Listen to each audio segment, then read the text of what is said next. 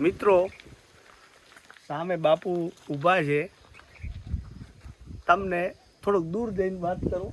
બાપુ છટક છે અને બહુ મહાન મૂર્તિ છે. અમે દર્શન કર્યા. બાપુ આ કેટલા વર્ષની? હવા વર્ષની. પણ થોડાક દૂર જઈને વાતો કરી. બાપુ પર હાલો થોડાક પી બાજુ મને બીક લાગે છે. નહીં સાંભળી જાય છટક. તો આ બાપુની 125 વર્ષની ઉંમર છે અને બાપુ નિખાલસ છે. શાયદ લાખો નહીં પણ વધારે કહું તો કહેવાય ઈ સાધુ ઈ મહિલા છે. અને બાપુ ક્યાંથી આવેલા છે? હરિયાણાથી આવેલા છે. અને પ્રતાપ બાપુ કે ગામના માણસો એમ કે છે કે 125 વર્ષની એમની અમારી 4-5 પેઢીયા બાપુ જોઈ. હા તો કે 125 વર્ષથી વધારે હોય કે એટલી જ ગણાય ને એમ. હા. અને બાપુનું નામ શું કીધું? ઉદાસી બાપુ. અને એવા સંત કે જેને કોઈ માણસથી કાંઈ મતલબ નહીં. હા, કોઈ ફળ ફાળો કોઈ વસ્તુ નહીં. આ કોઈ આવતું નથી જાજે બાજે, એકલા જ હોય. પાછું રાંધતા બાપુ અમે નથી જોયા કોઈથી. એટલે કોક એમને અહીંયા ટિફિન દઈ જાય છે અને એને ભગવાનની ભક્તિ કરે છે. અને કાંઈ ગમતું નથી અહીંયા જાજી કાંઈ લપ કરો કે આ દુઃખ છે કે આમ છે, તો એ બાપુને કાંઈ ગમતું નથી. બસ આ તો પ્રતાપ બાપુએ મને વાત કરી કે એક દર્શન કર્યા જેવા સાધુ સંત છે. અને બહુ એવી વાતો કરી આપણને મોઢા ઉપર કહી દેવી કે તમે કેવા છો. એટલે જાજી વાતો અમે કાંઈ નથી કરતા. બસ દર્શન એમના કર્યા. અને ઘણી વાર અહીંયા દરવાજો ખખડાય. હવે બાપુ બોલે રહ્યા. હા બાપુ. એ હા હવે નીકળી જાય. શિવલિંગના દર્શન કરાવી દો. અહીંયા શિવ ભગવાન. હા. અને આ બાજુથી જુઓ દેવરા, મને હું વ્યવસ્થિત બતાવું તો હવે તમે ના પણ એ તો થોડુંક તમે શું અનુભવ? કાંઈ બાપુ નહીં, ખાલી આમનો આનંદ કરવા ઘડી કહેવાતા. હાલો હવે આપણે બાપુ કહેશે બંધ કર. બાપુ જોયો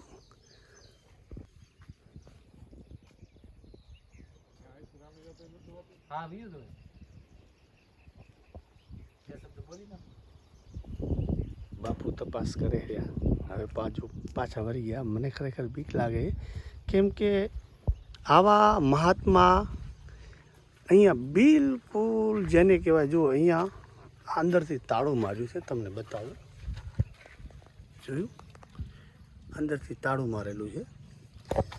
અને અહીંયાથી લોકો જાય છે. કોક સાહેબ જુઓ છો તમે, અહીંયાથી જેને જવું હોય ને એ જ આમ જઈ શકે છે.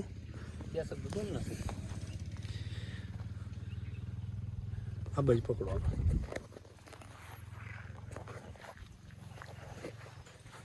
તો આપણે બાપુને મળ્યા.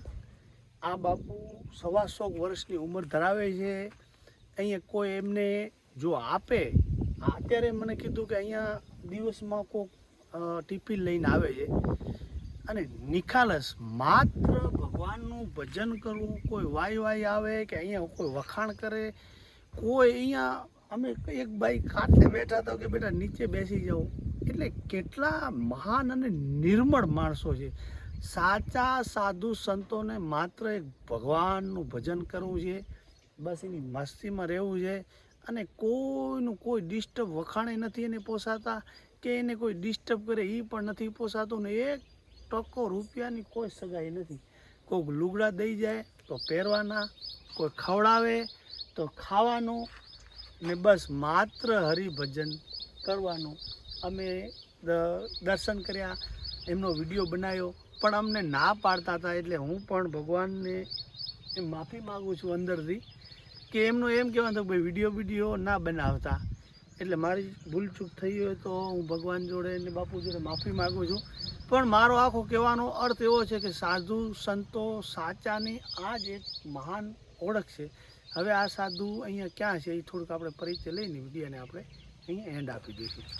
હવે આ કયું સ્થળ છે આ છે પાદરગઢ. હા હા. અને અહીંયા વર્ષો થા હા હરિયાણાથી આવી હા. અને બાપુ અહીંયા સ્થાયી થઈ ગયેલા. પછી વચ્ચે વૈયા ગયા હતા, પણ પાછું એને ન્યા ન ફાવ્યું એટલે આ બાપુ હિન્દી ભાષી છે. અને અહીંયા અમારા ગામના પાદરગઢમાં લગભગ વર્ષો થા અહીંયા 3-4 પેઢીઓ સુધી બાપુ અહીંયા ને અહીંયા રહેશે. 1.5 વર્ષ જેટલી આ બાપુની ઉંમર છે. અને આ શુદ્ધ બ્રાહ્મણ હરિયાણાનો બરાબર બ્રાહ્મણ છે. અને આ બાપુ અહીંયા અમારા ગામના એટલે એમ કે વડીલો પણ એવી વાતો કરે છે કે આ બાપુ વર્ષોથી અહીંયા રહેશે. અને આ મહાન પુરુષ આ બાપુ અહીંયા આ મઢીની માલિપા બાપુ અંદર હોય, તમે આગળ જોયું બહાર આવે, આ કોઈને વાતય નથી કરવા દેતા. પણ આ બીજલભાઈ આવ્યા એટલે બીજલભાઈ ભાગશાળી છે કે બાપુએ એટલો અમને સમય આપ્યો. નકર આ બાપુ કોઈને સમય નથી આપતા, કારણ કે પરબારા ખીજાવા માંડે છે આ બાપુ. એટલે લગભગ આમ તો 5-7 વર્ષ થતો હું અહીંયા ગામમાં સ્થાનિક છું, તોય 5-8 વર્ષ થતો હું નથી આવ્યો. પણ આજ બીજલભાઈ ભેગું સાહસ કરી અને બાપુ પાસે આવવાનું થયું. અને બાપુએ જૂની વાતો બહુ અમને આનંદ આવ્યો. તો આ પાદરગઢમાં અમારા ગામમાં આવા સંત છે એનું અમને ગૌરવ છે. વાહ વાહ. તમારું બાપુ નામ તમારું? કિશોરભાઈ વાળા. અચ્છા, કાઠી દરબાર. કિશોરભાઈ વાળા, કાઠી દરબાર. હા, વાહ વાહ. અહીંનું એડ્રેસ શું છે? કોક કદાચ ભૂલો પડે તો અહીંયા ચલાલા બગસરા રસ્તામાં અમારા ગામનું પાટિયું આવે છે. બરાબર. ત્યાંથી સીધું પાદરગઢ એટલે 3 કિલોમીટર અહીંયા અંદર આવે એટલે અમારું પાદરગઢ. અને અહીંયા પ્રથમ રામૈયા આતાની જે વાઘમસી પરિવારના અહીંયા પડખે જગ્યા છે. અહીંયા બાજુમાં બાપુ છે, વર્ષો થા બાપુ તપ કરે છે. તો આ એનું એડ્રેસ છે ચલાલા બગસરા, જે મેન રસ્તો છે. બરાબર. ત્યાંથી અમારે અહીંયા 3 કિલોમીટર અંદર તમે આવો એટલે આ બાપુ અહીંયા બિરાજમાન છે. તો બાપુની કહેવાનું કે મતલબ એ કોઈ એમ આસાનીથી મળવાની કોશિશ ના કરવી. બાપુ મોજમાં હોય તો મળવા દે, ને કે બાપુ શું કરે એ કાંઈ નક્કી નહીં. બાપુ મોજમાં હોય તો, કારણ કે અહીંયા ગામનો પણ કોઈ વ્યક્તિ બાપુ પાસે નથી આવતો, કારણ કે એટલો ક્રોધિત સ્વભાવ. અને જેને હાસું ભજન કરવું હોય, એને કાંઈક કોઈનો મોહ ન હોય, કોઈની પાસે એને કાંઈ બેહવાનું હોય નહીં. પણ આજ તો ખરેખર અમે અહીંયા બેઠા બીજલભાઈની ઘણી બાપુની પાસે અમે સમય ફાળવ્યો અને બાપુએ ઘણી જૂની વાતો પણ કરી એટલે અમને આનંદ આવ્યો.